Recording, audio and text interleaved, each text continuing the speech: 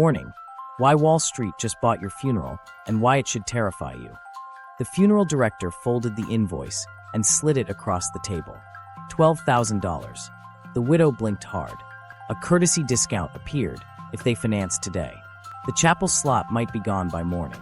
Her son's hands shook over the pen. Here's the part no one tells you. Wall Street bought your funeral to raise the price.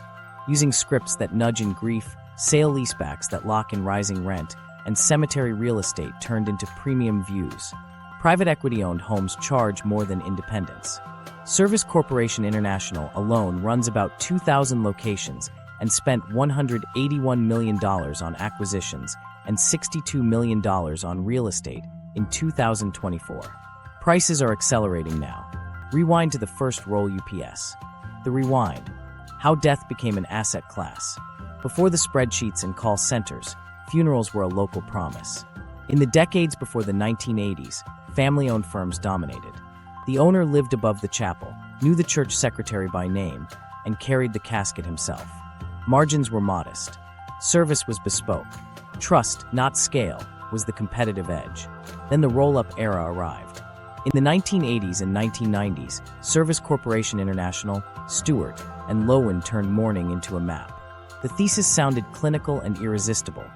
Stable volumes, recession-resistant demand, and thousands of fragmented mom-and-pop targets. Borrow to buy, centralize the back office, keep the family name on the door, and quietly tighten prices.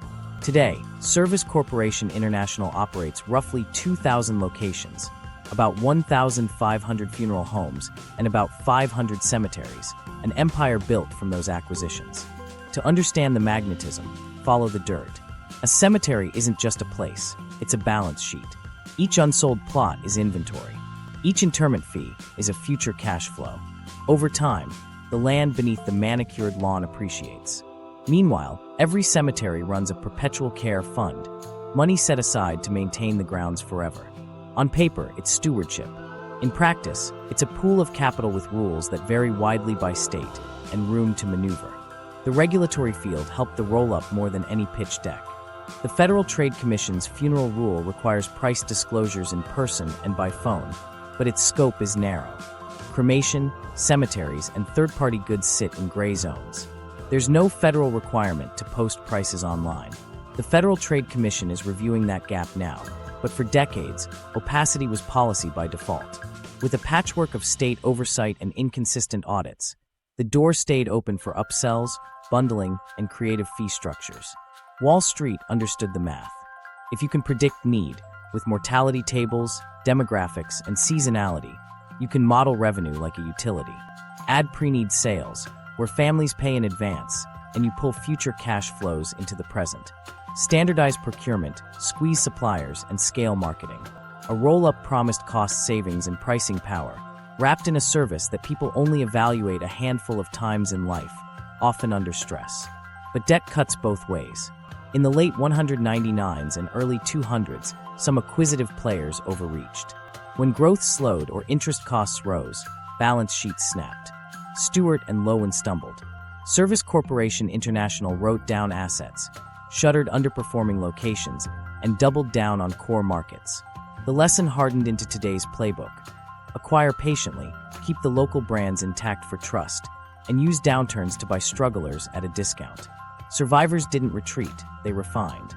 Here's one detail that matters now. Service Corporation International disclosed spending $181 million on acquisitions and $62 million on real estate in 2024. That's not a company exiting the game. That's a company deepening its moat, buying more homes, and investing in land development that converts grassy margins into premium niches, mausoleums, and new sections priced higher by design. Meanwhile, something else was happening in the arrangement rooms. The sales experience got scripted.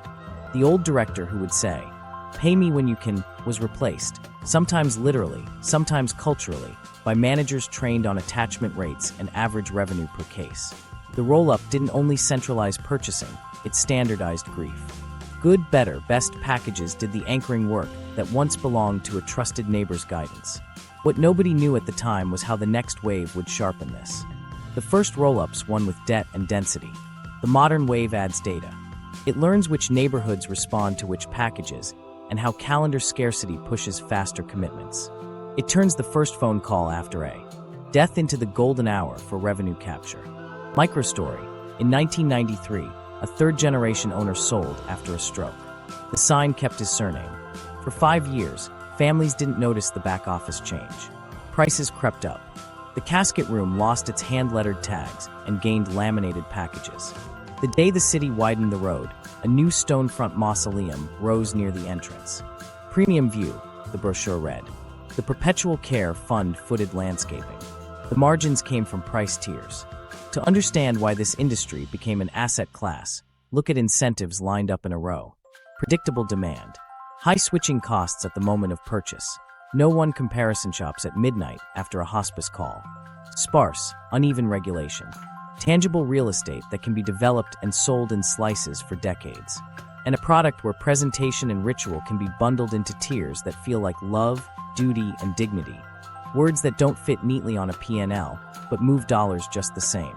This was the moment everything changed. When the family name on the marquee no longer guaranteed the family inside owned it.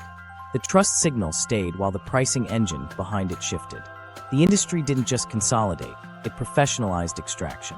And the modern version, guided by private equity timelines, will press further. Because when you turn sorrow into a forecast, you can securitize tomorrow's goodbyes.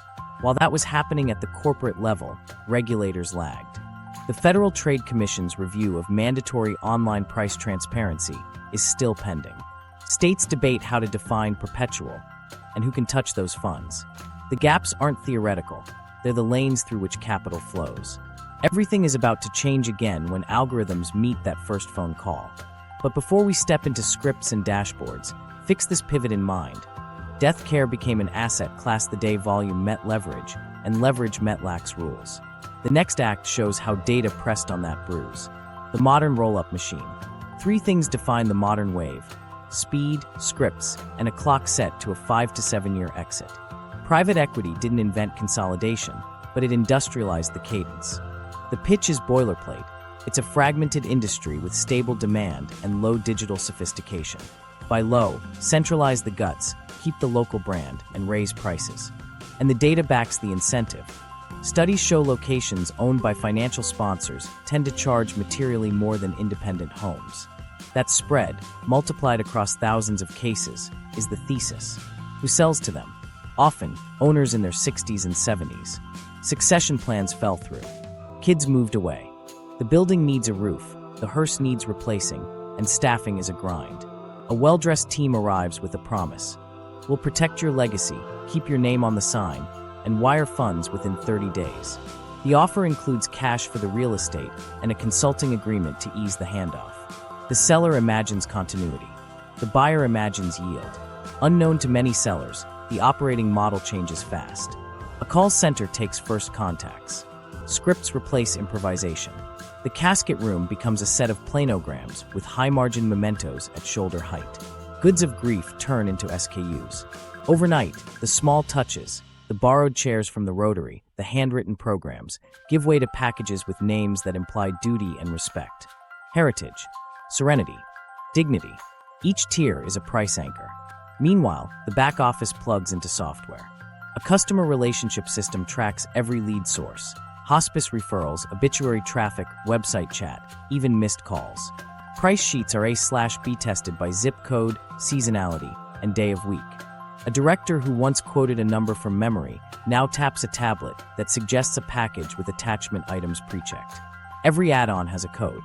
Every code has a margin. While that was happening in the arrangement rooms, the spreadsheet upstairs did heavier lifting. The holding company strips assets and sells them back to itself. In a sale-leaseback, the property goes to a real estate affiliate, and the operating company signs a long lease with scheduled increases. Cash appears at closing, great for paying down acquisition debt and reporting a win. But the location now pays rising rent.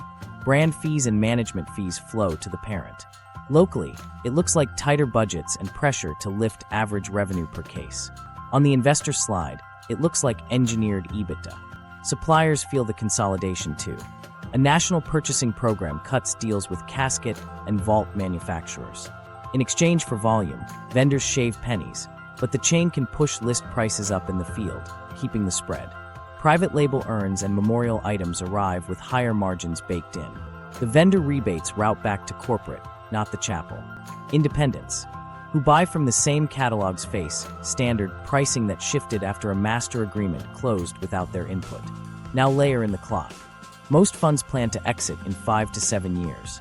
That creates a tempo. Year 1 and Year 2, close acquisitions and centralize operations. Year 3 and Year 4, optimize pricing and attachment rates. Year 5 and Year 6, show steady growth and deleverage.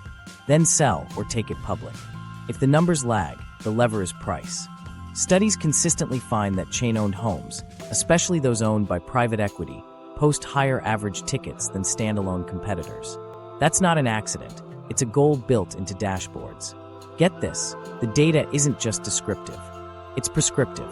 Teams run cohort analysis on families who chose direct cremation versus full services, then test which phrases nudge upgrades. Secure the chapel slot. Honor guard availability. View before cremation. Words become toggles. The golden hour, that first call after a death, becomes the focus of training. Directors learn to close commitments same day. Scarcity, rooms times permits, moves decisions forward.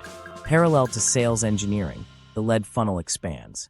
Hospice outreach teams introduce community education. Local sponsorships morph into data capture. Raffle cards, grief newsletter signups, obituary template downloads that require an email. Every touch is a future pre-need prospect. At-need arrangements feed pre-need pipelines, and the pre-need teams call back on anniversaries and holidays with price lock offers. Even refusal becomes a signal. Not now goes to a nurture sequence. Across town, staffing thins. One licensed director covers multiple homes. Embalmers float. Overnight transport gets outsourced to gig contractors with per-call rates. Burnout rises. Turnover follows. But the key performance indicators improve. Fewer salaried heads, more attachments per case. The human cost doesn't appear on the metric screen. What appears is margin. What nobody knew at the time, outside the boardroom, was how the real estate strategy ties it together. Sale-leasebacks free cash at the top. Development plans carve cemeteries into premium zones. Lake View, Garden View, Veterans Walk. Capex builds niches and mausoleums that justify step-up pricing.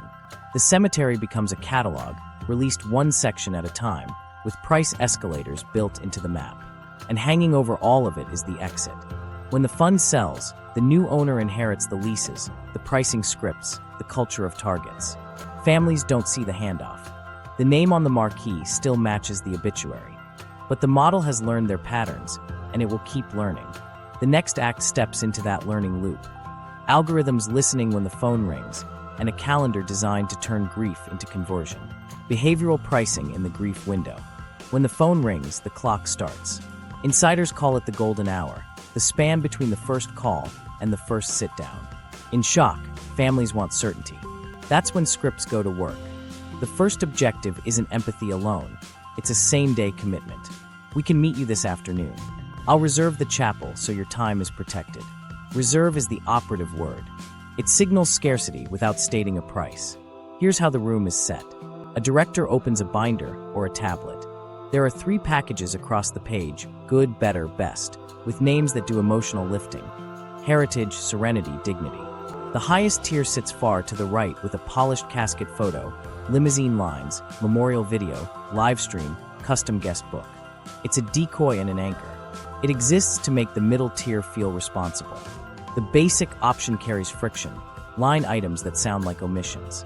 No public viewing. No memorial media. Families start from the middle because no one wants to feel like they picked less than care. Watch the language. To secure the chapel, we take a small deposit. The crematory schedule fills fast. We can lock your preferred day today. Scarcity moves timing forward. The calendar becomes a prop. A pencil mark becomes commitment. The deposit is fully applicable, but non-refundable. Not a fee, exactly, just the price of certainty. For families in a fog, the idea that a time could slip away is intolerable. The clock keeps ticking. Bundling does the rest. In one line, embalming appears alongside public viewing, printed programs, floral package A, obituary placement. Remove any one, and the conversation turns. Families usually choose this because it honors the person well.